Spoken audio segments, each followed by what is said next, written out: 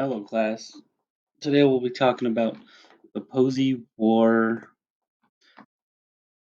This is the war that occurred in modern day Blythe, Utah, and it occurred in 1923. All right, so to get this started, I want you to think about what was the state of Utah's relationship with indigenous people in the 20th century. Pause the video and think about this. All right, so for this, I have an assessment, a KWL.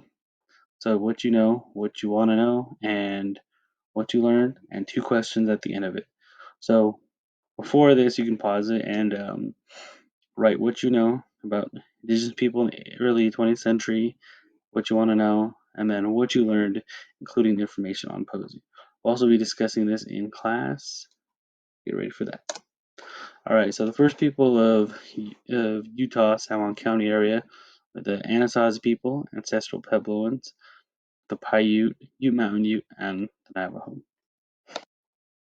So the first expedition to the blinding area documented was from my great great great grandpa, Edekai the Gambler, who traveled from this area, Cane Valley or Glechpitro, which is close to Minot Valley, and they would go here to Blanding, San Juan County, which was occupied by White Mesa area and Allen Canyon on this side by Paiute and Ute Mountain Utes.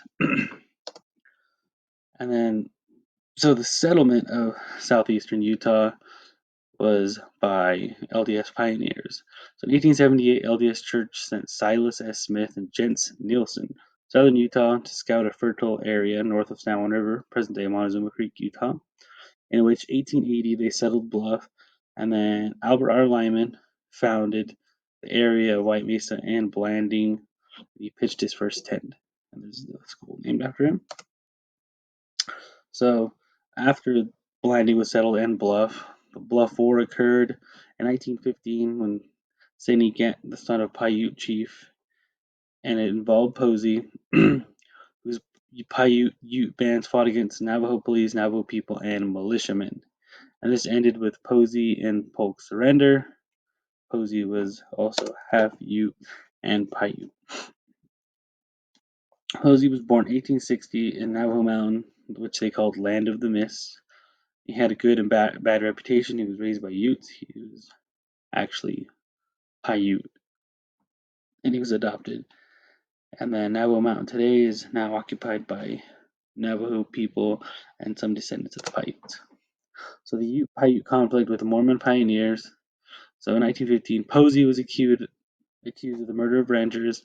Youth were pushed off their land by Navajo people, which was the area of Westwater. So the Ute-Paiute lifestyle was hunting and gathering, and that was becoming extinct because their Navajo neighbors and the LDS pioneers were farmers. All right, so the war before the Posey War was the start of it. The two Ute men, Joe Bishop's boy, little boy, and Sanam's boy, arrested by Sheriff William Oliver for allegedly burning down a bridge.